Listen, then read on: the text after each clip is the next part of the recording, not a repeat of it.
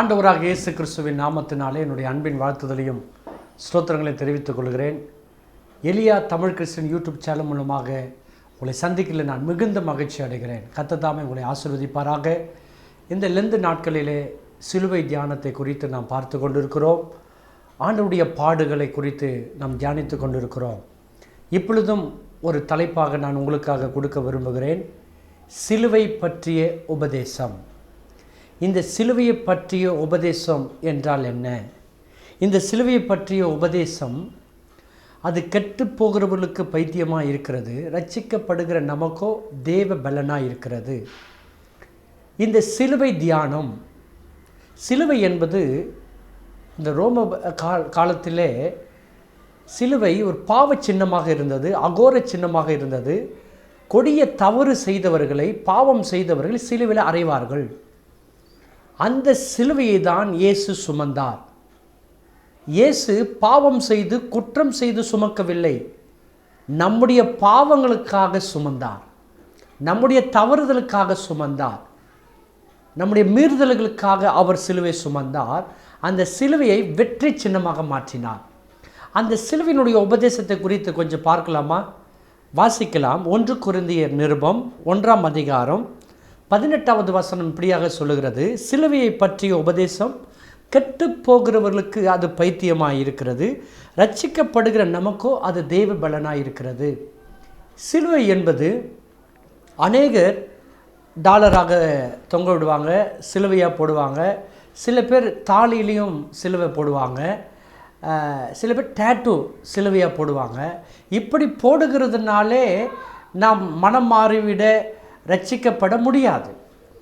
சிலுவை என்பது தொங்க விடுகிறதுனாலே டாலராக, செயினாக, தாலியாக, பிரேஸ்லெட்டாக, இல்லை டேட்டூவாக இருக்கிறதுல பிரயோஜனம் இல்லை.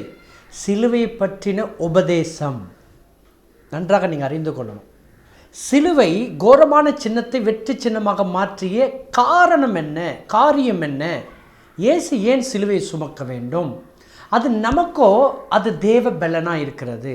பாருங்கள், அடுத்த வசனம் 19வது வசனம்: அந்தபடியே ஞானிகளுடைய ஞானத்தை நான் அழித்து புத்திசாலியுடைய புத்தியை அவமாக்குவேன் என்று எழுதியிருக்கிறது.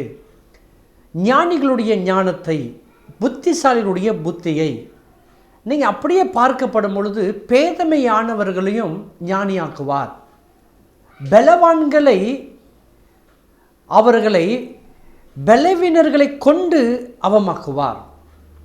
நம்ம அதே அதிகாரத்திலே 27ஆம் வசனம்: ஞானிகளை வெட்கப்படுத்தும்படி தேவன் உலகத்தில் பைத்தியமானவர்களை தெரிந்து கொண்டார். உலகத்தில் எத்தனையோ ஞானிகள் இருக்கிறாங்களே, எத்தனையோ உருவாக்கிட்டே, டெக்னாலஜி நவீன காரியங்கள் பாருங்கள் உருவாக்கிட்டே இருக்குது. அந்த காலத்துலாம் ட்ரங்க் கால் இருக்கும், டெலிஃபோன் இருக்கும் இல்லை. இப்போல்லாம் பயங்கரமான டெக்னாலஜியில் செல்ஃபோன் வந்துருச்சு. சேட்டலைட் மூலமாக என்னென்னவோ வைக்கிறாங்க, என்னென்னவோ கண்டுபிடிக்கிறாங்க, புதுசாக டெக்னாலஜி. ஆனால் அந்த ஞானத்தை தேவன் வெட்கப்படுத்தும்படி பேழமையான, எளிமையான, ஏழையான, ஒன்றுமே தெரியாத பேதைகளை ஞானியாக்குவார். அதுதான் உபதேசம் இல்லை. இந்த உலகம் செலக்ட் பீப்புள், நல்ல தேர்ச்சி பெற்றவர்களை, படித்தவர்களை, பட்டதாரிகளை தான் தேர்ந்தெடுப்பாங்க, புத்திசாலிகளை தேர்ந்தெடுப்பாங்க இல்லை, நல்ல ஞானிகளை தேர்ந்தெடுப்பாங்க. ஆனால் ஆண்டவர் தேர்ந்தெடுப்பதெல்லாம் ஒன்றுமே தெரியாதவர்கள் தான் தேர்ந்தெடுப்பார். அல்லேலூயா. அப்போது 2வது, பைத்தியம் பலமுள்ளவர்களை வெட்கப்படுத்தும்படி தேவன் உலகத்தில் பலவீனமானவர்களை தெரிந்து கொண்டார். நான் தான் ஸ்ட்ராங்கு, என்னுடைய உடல் தான் ஆரோக்கியம், பாடி ஃபில்டர்லாம் நிறைய பேர் இருக்கிறாங்க. ஆனால் அவர்களை காட்டிலும் பலவீனமானவர்களை கர்த்தர் தெரிந்து கொண்டார். 3வது, உள்ளவைகளை அவமாக்கும்படி உலகத்தில் இழிவானவைகளை, அற்பமாக எண்ணப்பட்டவர்களை, இல்லாதவர்களையும் தேவன் தெரிந்து கொண்டார். பாருங்களேன், இந்த உலகத்தில் எத்தனை பேர் இருக்கிறாங்க, சொத்து ஐஸ்வர்யம். சமீபத்தில் அம்பானியுடைய திருமணம் 1000 கோடிக்கு பண்ணுறாங்க, 1000 கோடிக்கு. அப்பா பாப்பா, நினச்சி பார்க்க முடியாத திருமணம் இல்லை. ஆனால் அவர்களை விட இயேசு கிறிஸ்துவை, சிலுவையை அறிந்தவர்கள் பாக்கியவான்கள். இருக்கிறவைகளை அவமாக்கும்படி தேவன் இழிவானவைகளையும், அற்பமாக எண்ணப்பட்டவைகளையும், இல்லாதவர்களையும் தேவன் தெரிந்து கொண்டார். ஆண்டவர் யாரையும் ஒதுக்க மாட்டார். அம்பானி வீட்டு கல்யாணத்துக்கு நம்ம போக முடியுமா?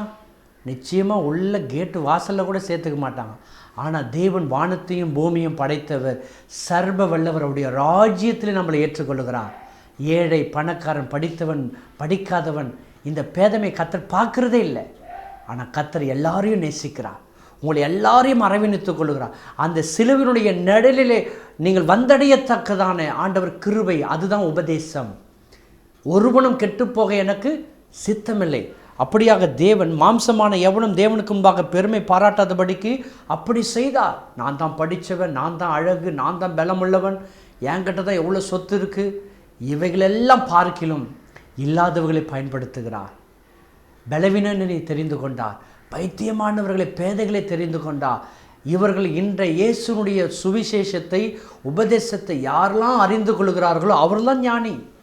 ஒரு மனுஷன் உலகம் முழுவதையும் ஆதாயப்படுத்தி கொண்டாலும் தன் ஆத்மாவை, தன் ஜீவனை நஷ்டப்படுத்தினால் லாபம் என்ன? இன்றைக்கி மறித்துட்டா எங்கே போக முடியும்? அவ்வளோ சொத்துக்கள், ஞானி இல்லை, பலமுள்ளம் எல்லாமே எங்கே கொண்டு போக முடியும்? ஆனால் இயேசு கிறிஸ்து சொல்லுகிறார், இந்த சிலுவையின் உபதேசத்தை யாரெல்லாம் கேட்கிறார்களோ, யாரெல்லாம் ஏற்றுக்கொள்கிறார்களோ, யாரெல்லாம் தியானிக்கிறார்களோ அவர்கள் தேவனுடைய ராஜ்யத்தில் பிரவேசிப்பார்கள். அல்லேலூயா. உங்களுக்காக நித்தியமாக ஆண்டவர் வைத்திருக்கிற ஒரு மிகப்பெரிய காரியத்தை ஆண்டவர் உங்களுக்காக கொடுத்திருக்கிறார். அதுதான் சிலுவை பற்றின உபதேசம். இது மற்றவங்களுக்கு பைத்தியமாக இருக்கும். மற்றவங்களுக்கு இதெல்லாம் பாருங்களேன், இப்போ யூடியூப்பில் நிறைய வீடியோஸ் வருதுன்னா நம்ம தள்ளி விட்டுட்டே இருப்போம் இல்லை. இன்றைக்கி பிரசங்கம், பாடல், ஆராதனை இதெல்லாம் தள்ளி விட்டுட்டு என்டர்டெயின்மெண்ட்டு என்ன வருது, யூடியூப்பில் என்ன காரியம் போகுது, யூடியூப்பில் மற்றவங்க எப்படி சண்டை போடுறாங்க, மற்றவங்க என்ன கேலி பண்ணுறாங்க, இதுதான் வைரலாக போயிட்டு இருக்கு. இந்த பிரசங்கத்தையோ தேவனுடைய உபதேசத்தையோ கேட்குறதுக்கு, பார்க்குறதுக்கு ஆள் இல்லாமல் இருக்கிறது. ஆனால் இதுதான் உங்களை நித்திய வழியில் நடத்தும். இந்த சிலுவை பற்றின உபதேசத்தை உங்களை ஞானியாக்கும், அது பலமுள்ளதாக்கும். உங்களுடைய சரீரத்தில் இருக்கிற வியாதியோ, வறுமையோ, போராட்டமோ எதுவாக இருந்தாலும் இந்த சிலுவினுடைய உபதேசம் மாற்றம். நிச்சயம் கர்த்தர் அந்த இருக்கிறவர்களை விட இல்லாத நம்மை தெரிந்து கொண்டார். இயேசு கிறிஸ்து பாருங்களேன், அவருடைய பிறப்பும் அவருடைய மரணமும் பார்த்தீங்கன்னா ஆச்சரியமாக இருக்கும், ஆச்சரியமாக இருக்கும். ஏழ்மையில் போய் பிறக்கிறாரு, ஏழ்மையாக வாழ்ந்தார். அவருடைய மரணத்தை கூட பாருங்கள், அவருடைய மரணம் எல்லாருக்கும் தெரியும்படி சிலுவினுடைய மரணம், இயேசு கிறிஸ்துனுடைய மரணம், பாடுகள் எல்லா ஜனத்துக்கும், குறிப்பிட்டு இஸ்ரவேலருக்கு மாத்திரமா, யூதர்களுக்கு மாத்திரமா இல்லை, அந்த உலகத்தில் பிறந்த ஒவ்வொரு மனிதர்களுக்கும் இயேசு கிறிஸ்துவை ஏற்றுக்கொள்ளும்படி, அவர் ரட்சிப்பை காண்பிக்கும்படி தான் சிலுவை எடுத்தார். அந்த சிலுவையுடைய உபதேசம் தான் அறிவித்து கொண்டிருக்கிறோம். அல்லேலூயா. நீங்கள் எப்பேற்பட்ட சூழ்நிலையும் இருக்கலாம், எப்பேற்பட்ட காரியங்களில் இருக்கிறான், ஆனால் கர்த்தர் உங்களை எடுத்து பயன்படுத்துவார், உங்களை எடுத்து ஆண்டவர் உபயோகப்படுத்துவார். ஆகையினால் இந்த சிலுவை பற்றின உபதேசத்தை நாம் தியானிப்போம். நிச்சயமாக இந்த லெந்து நாட்களிலே ஜெபிப்போம், ஆண்டவருடைய நாமத்தை மகிமைப்படுத்துவோம். கர்த்தர் உங்களை கொண்டு பெரிய மாற்றத்தை செய்வார். அல்லேலூயா. உங்களுக்காக நான் ஜெபிக்க விரும்புகிறேன்.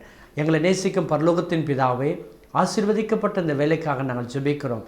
அநேகர் பார்க்கிற தேவனுடைய பிள்ளைகளை பலப்படுத்தும். ஐயோ, என்னிடத்தில் ஒன்றுமில்லையே, எனக்கு பலன் இல்லையே, நான் ஒன்றுத்துக்கும் படிப்பறிவில்லாத இருக்கிறேனே, கர்த்தர் என்னை பயன்படுத்துவாரா? நிச்சயம் பயன்படுத்துவார். உங்களை பயன்படுத்த தான் நான் விரும்புகிறார். உங்களுக்காக சிலுவை எடுத்தவர் அந்த உபதேசத்தை உங்களுக்காக கொடுத்திருக்கிறார். பெரிய மாற்றத்தை, அற்புதத்தை செய்யும்.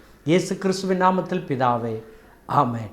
God bless you. பிரியமானவர்களே, இந்த செய்தியை பார்த்து கொண்டிருக்கிற உங்களை நிச்சயம் கர்த்தர் ஆசீர்வதிப்பார், பயனுள்ளதாக இருக்கும். இதை மற்றவங்களுக்கு என்ன பண்ணுங்கள், ஷேர் பண்ணுங்கள், மற்றவங்களுக்கும் அனுப்புங்க. கர்த்தர் தாமே உங்களை ஆசீர்வதிப்பாராக. God bless you.